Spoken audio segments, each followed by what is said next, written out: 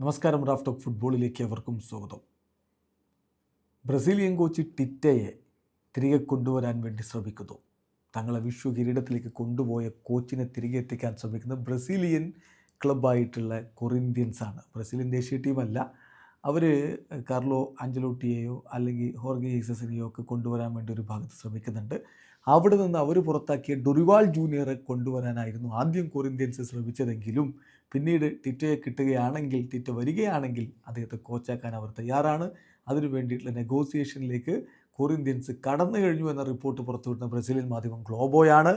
ഒരു ഘട്ടത്തിൽ Saudi Arabian ക്ലബ്ബുകൾ ടിറ്റയ്ക്ക് വേണ്ടി രംഗത്തുണ്ടായിരുന്നു. ആ ചർച്ച ഒരു ഭാഗത്ത് പുരോഗമിക്കുന്നുണ്ടായിരുന്നു. അതിനിടക്കാണ് ഇപ്പോൾ ഇടയിൽ കയറിയിരിക്കുന്നത് കൊറിന്ത്യൻസ്. അദ്ദേഹം ഇപ്പോൾ സൗദി ക്ലബ്ബുകളുമായിട്ടുള്ള ചർച്ച ഒന്ന് ഇൻ്ററപ്റ്റ് ചെയ്തിട്ട് കൊറിന്ത്യൻസിൻ്റെ ഓഫർ ശ്രവിക്കുന്നു എന്നുകൂടി ഗ്ലോബോ പറയുന്നത്. കാരണം അദ്ദേഹത്തിൻ്റെ ഫാമിലിയുമായിട്ടും മറ്റുമൊക്കെ ഡിസ്കസ് ചെയ്തപ്പോൾ കൊറിന്ത്യൻസിലേക്ക് പോകുന്നതിന് എതിർപ്പില്ല എന്നുള്ളൊരു തീരുമാനമാണ് ഇപ്പോഴുള്ളത് എന്നുകൂടി ഗ്ലോബോയുടെ റിപ്പോർട്ടിലുണ്ട്. ഗ്ലോബോയുടെ റിപ്പോർട്ടിലേക്ക് വരുന്നതിന് മുമ്പ് ഈ കൊറിന്ത്യൻസുമായിട്ടുള്ള ടിറ്റയുടെ ബന്ധം നമ്മളൊന്ന് അറിഞ്ഞിരിക്കണം. 2 തവണ ആയിട്ട് അദ്ദേഹം അവരെ പരിശീലിപ്പിച്ചിട്ടുണ്ട്.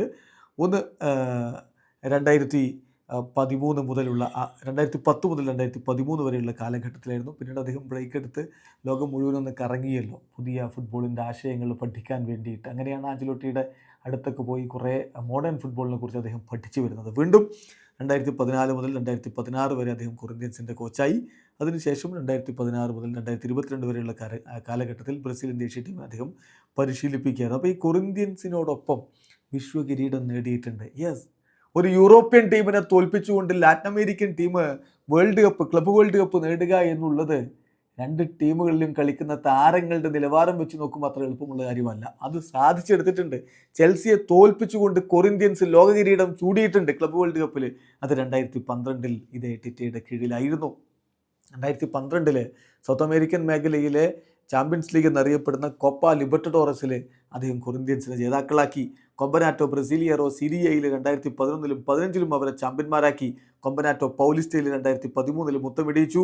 റീകോപ്പ സുഡാമേരിക്കാനയിൽ 2013 അവരെ കിരീടം ചൂടിച്ചു. അങ്ങനെ കൊറിന്ത്യൻസിനൊപ്പം വലിയ നേട്ടങ്ങൾ ഉണ്ടാക്കിയതിൻ്റെ ബലത്തിലാണ് അദ്ദേഹം ബ്രസീലിയൻ ദേശീയ ടീമിൻ്റെ കോച്ചായിരുന്നത്. അതേ കൊറിന്ത്യൻസ് അദ്ദേഹത്തെ വീണ്ടും കോച്ചാക്കാൻ വേണ്ടിയിട്ടുള്ള ശ്രമങ്ങളിലേക്ക് കടക്കുന്നു എന്ന് ഗ്ലോബ് പറയുമ്പോൾ അതിൽ അവിശ്വസിക്കേണ്ട കാര്യമില്ല. ഗ്ലോബ് പറയുന്ന അവരുടെ ഇൻവെസ്റ്റിഗേഷനിലൂടെയാണ് ഇത് കണ്ടെത്തിയത് എന്നാണ്.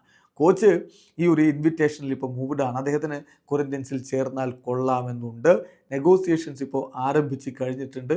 അറ്റ് ദി മൊമെൻറ്റ് കാര്യങ്ങൾ പൂർണ്ണമായിട്ടും തീരുമാനിക്കപ്പെട്ടിട്ടില്ല. കോൺട്രാക്റ്റ് എത്ര കാലത്തേക്കായിരിക്കും, സാലറീസ് എത്രയായിരിക്കും, ബോണസ് ആൻഡ് അതുപോലെ തന്നെ ഈ കോച്ചിങ് സ്റ്റാഫിൻ്റെ ഫോർമേഷൻ, ഇങ്ങനെയുള്ള കാര്യങ്ങളൊന്നും ഡിസ്കസ് ചെയ്തിട്ടില്ല. കൊറിന്ത്യൻസിന് താല്പര്യമുണ്ട് എന്ന് ടിറ്റയെ അറിയിച്ചിട്ടുണ്ട്. ടിറ്റെ കുറച്ച് ദിവസങ്ങൾ വേണം തനിക്കൊരു തീരുമാനത്തിലെത്താൻ എന്ന് തിരികെ അറിയിച്ചിട്ടുമുണ്ട് എന്നാണ് ഇപ്പോൾ ഗ്ലോബോയുടെ റിപ്പോർട്ട്. എന്തായാലും ടിറ്റ വീണ്ടും പരിശീലക സ്ഥാനത്തേക്ക് എത്താനുള്ള സാധ്യത തെളിയുന്നു. വീഡിയോ അവസാനിക്കുന്നു. ഫുട്ബോൾ ലോകത്തെ കൂടുതൽ വിശേഷങ്ങളുമായി റാഫ് ടോക്സിൽ എത്താം.